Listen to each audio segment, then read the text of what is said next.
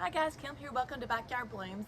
In today's video, we're going to talk about this side garden, skinny side yards, and how we designed this.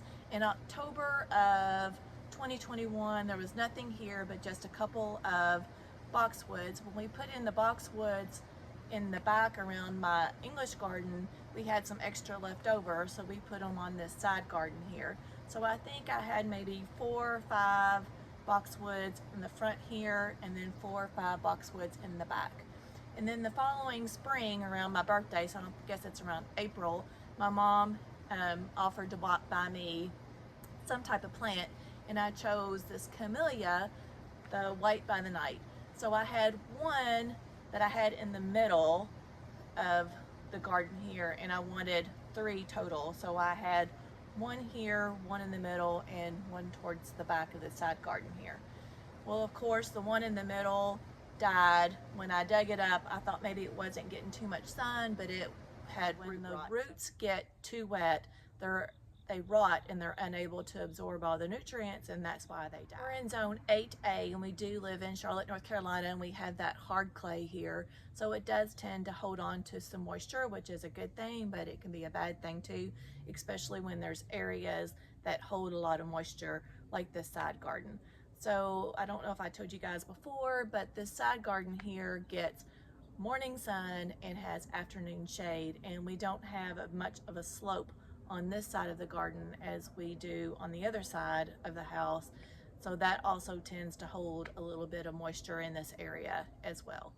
So that was October of 21. We just had a few boxwoods here in the front and a few boxwoods in the back.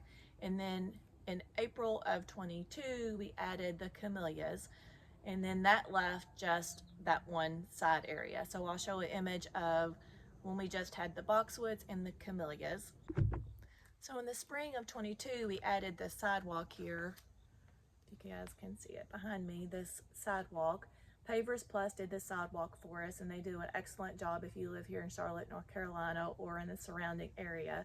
So we added the sidewalk all the way down, and then I wasn't really sure what I wanted to do with the space. Originally, I wanted an area that looked like a room. So I would love to have put boxwoods all along this area too, but it's costly to put 20 or 30 boxwoods along this edge. So I just chose to put sod down for now, and if I change my mind later, I can decide to do that. So once we got the sidewalk done in the spring, in the summertime, we put down the sod. So right now you see nothing but annuals on this side, which gives you lots of color, and I love lots of color in my garden. But anyways, these annuals here, and I'm going to talk about them in just a little bit, they're going to die off when it comes to hard frost. We usually get a hard frost sometime in December and maybe even January here in Charlotte, North Carolina.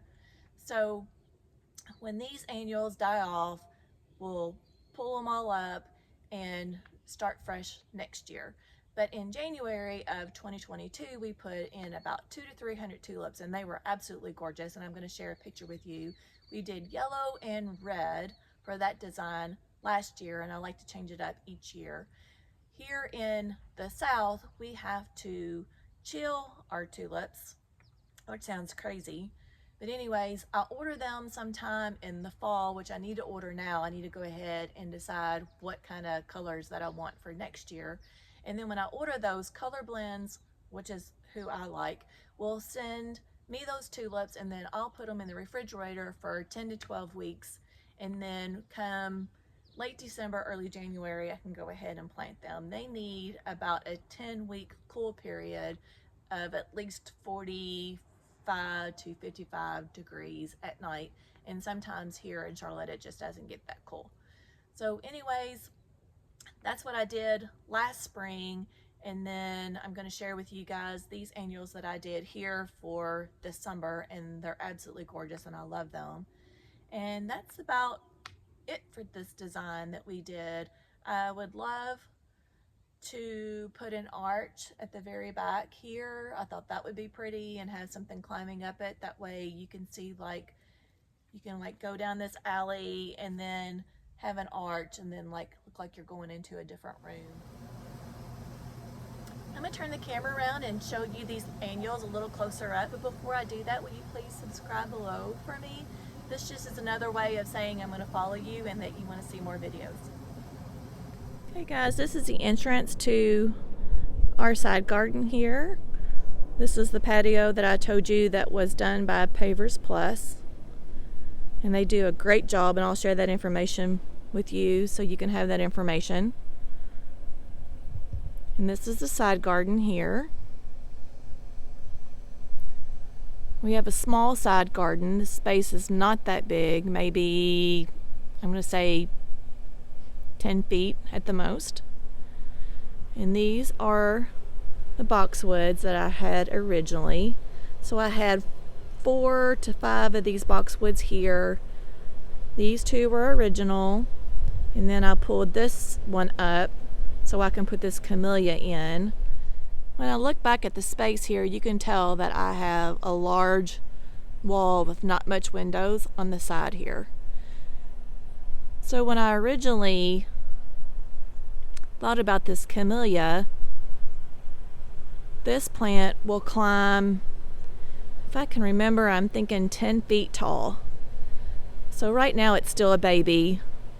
It was planted last spring, so not even really, a little over a year ago. So I'd say this probably comes a little bit above my waist, maybe 4 feet tall, but it's going to get 10 feet tall. So if you can imagine this camellia climbing up this wall on a real pretty gorgeous black iron trellis, I think that would just be gorgeous.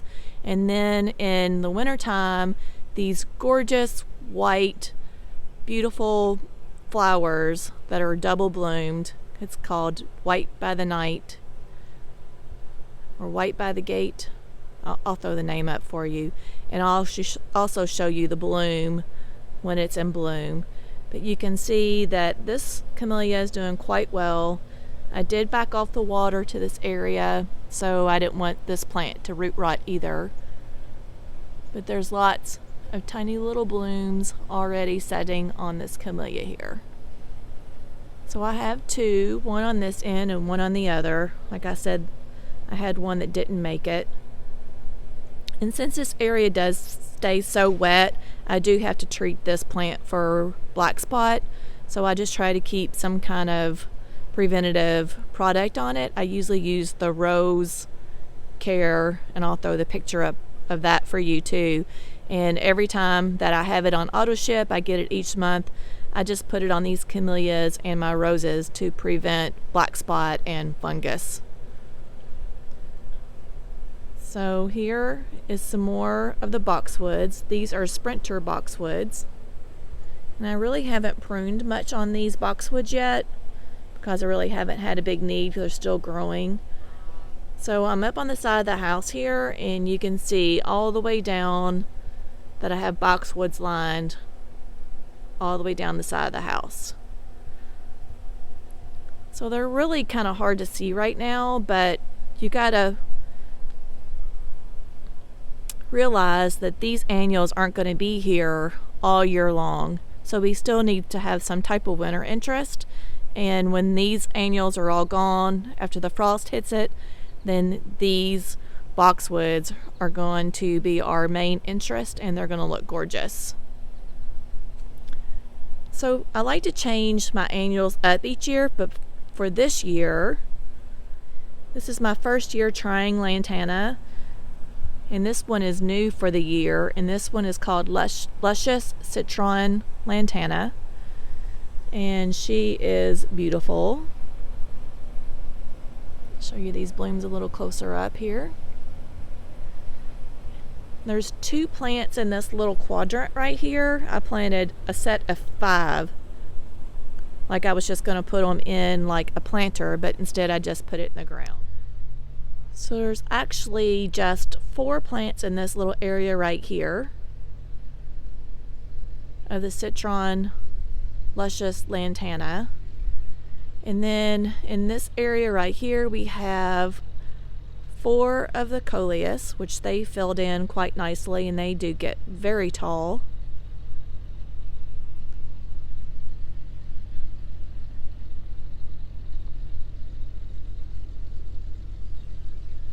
So this is the newly noir coleus. Some people just like the coleus for foliage, but they actually put out some very gorgeous blooms as well.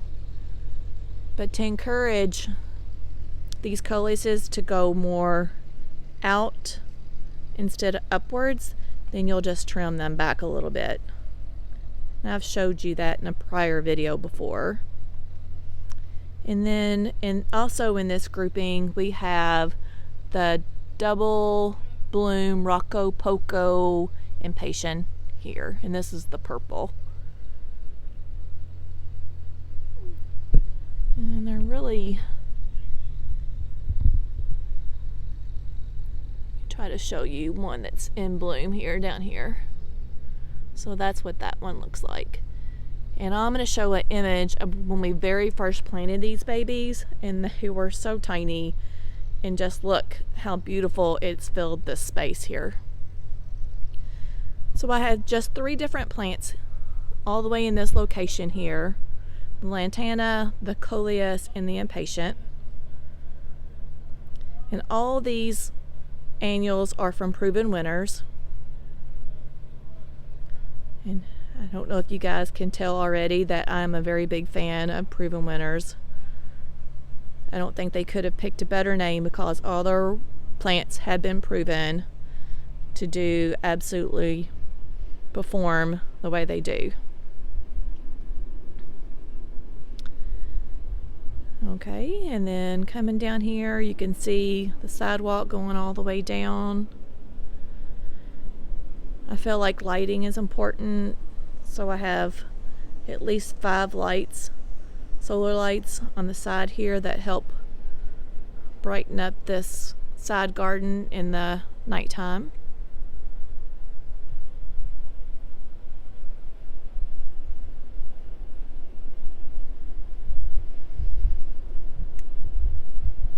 And this is all my drip setup right there.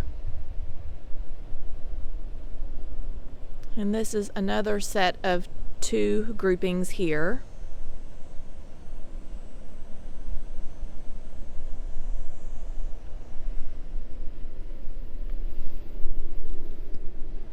You can see the lantana and the blooms of the coleus.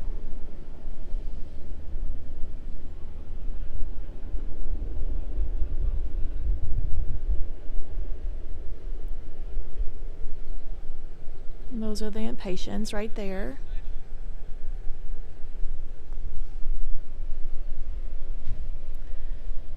Bees love these blooms. They love the lantana, butterflies, any kind of pollinators. We have a bee here.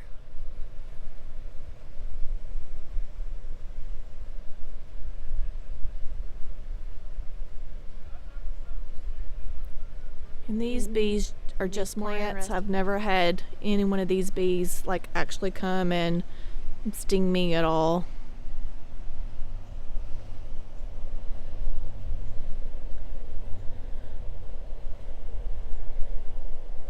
So you can see that I still have some shade here, and then till about 1 o'clock I'll have sun and then shade again.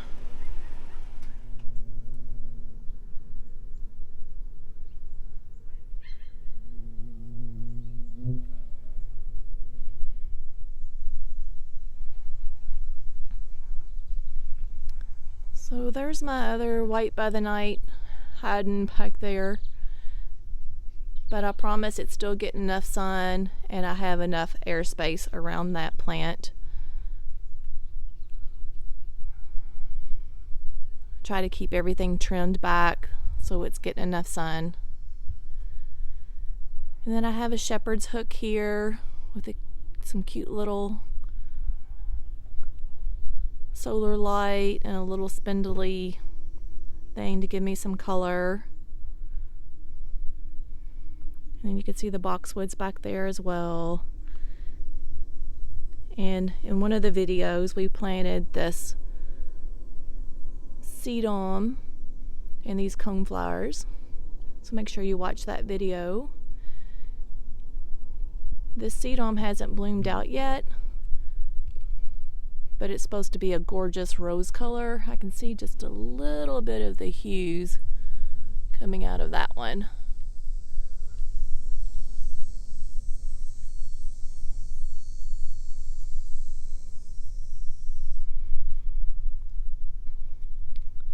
Coneflowers do really well here. They love the heat, so when everything else is petering out a little bit, these flowers are one of the showstoppers. And that's where I lost one of my boxwoods because of root rot as well, so I had to change my drip system there in that area right there. It's funny how one plant can do well and another one can do well, but then it'll just pull in one little area. But it makes sense because you can see where it's just dipped there a little bit. And these coneflowers right here, they were struggling because I planted them in 90-degree heat. So when you had that and it's like a perennial, you can still cut this plant back because they always do like better when they're fresh, coming from the ground in the springtime. So I just cut all these blooms back so I can give this plant a little bit more chance to develop the roots, because that's what's most important the first year. And then of course I have my air conditioner here that I would love these boxwoods to have grown up a little bit more and hide that area, so I do need to buy me another one of those. We chose to put rock around this area, but sometimes these air conditioners are loud. I don't know if that was a mistake. My husband wants to come back and put some rubber mulch in this area, and I'll never plant here, so it doesn't really matter to me. And then we have our little sidewalk, and this is where I would love to put a trellis at. I think it would be so pretty to have this trellis kind of angled going into this space back here, just to make it look like we're entering another room. And this is the start of my hydrangea garden right here. So I have some black potato vine in here. I did have some jazzberry, which I think just didn't get enough sun. I don't see that anymore. But this coleus here, the newly noir coleus, which I still have in this side garden as well, and this black potato vine has just pretty much taken over. And then I had some salvia here in this area as well. So you see a little bit of that in bloom. Hummingbirds love salvia. If you're looking for a plant that you want to attract hummingbirds. And then again, in my prior video that I just made yesterday in this hydrangea garden is where we took some dead blooms off and some of the gorgeous pretty blooms so we could help dry them so we can enjoy them inside. So here's another angle of this side garden. I'm going from the back towards the front here.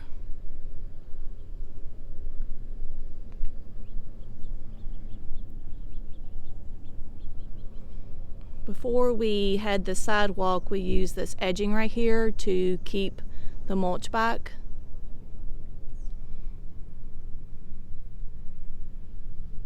But now I don't need that on the side since I have the sidewalk to help have that barrier on this side.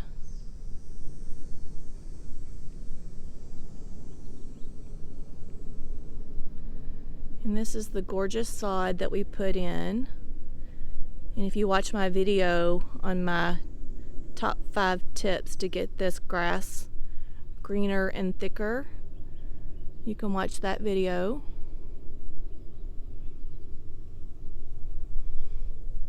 See how gorgeous this grass looks.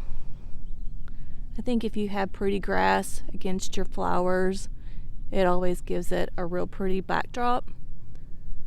So if this grass wasn't green and pretty, it just would not make these flowers look as gorgeous as they are.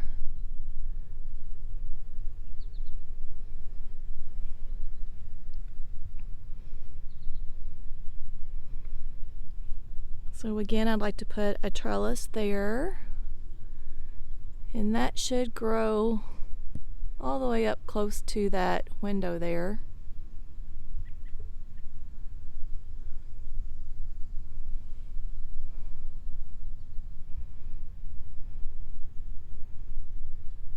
So I've only had a couple of seasons to plant in this side garden so far, spring and summer. And I'm already starting to think about what I want to do next spring as far as tulips are concerned. That air conditioner next to me just kicked on. They're so loud. Can really see the impatience from this side right here. But look at this color combination with this purple and this purple hues here of the newly noir coleus, and a little bit of that yellow in there. Just looks really pretty.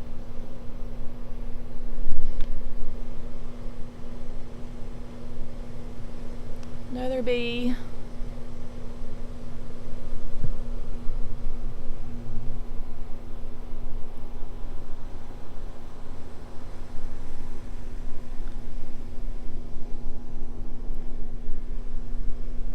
These are the solar lights that I got from either Home Depot or Lowe's.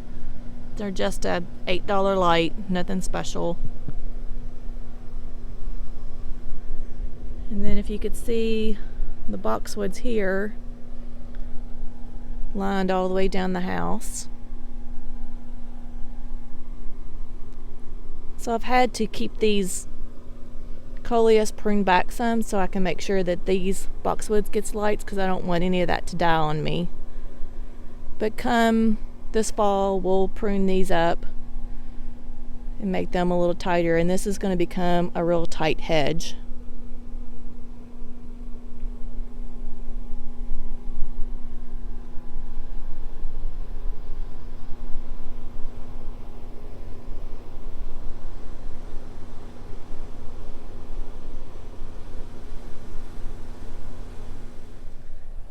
Guys, so this just sums up the side garden, just a skinny side garden, just some ideas for you if you're wanting to create a garden for your side yard. Here's some ideas. Okay guys, I hope this video was helpful, and I'll see you in the next video. Bye.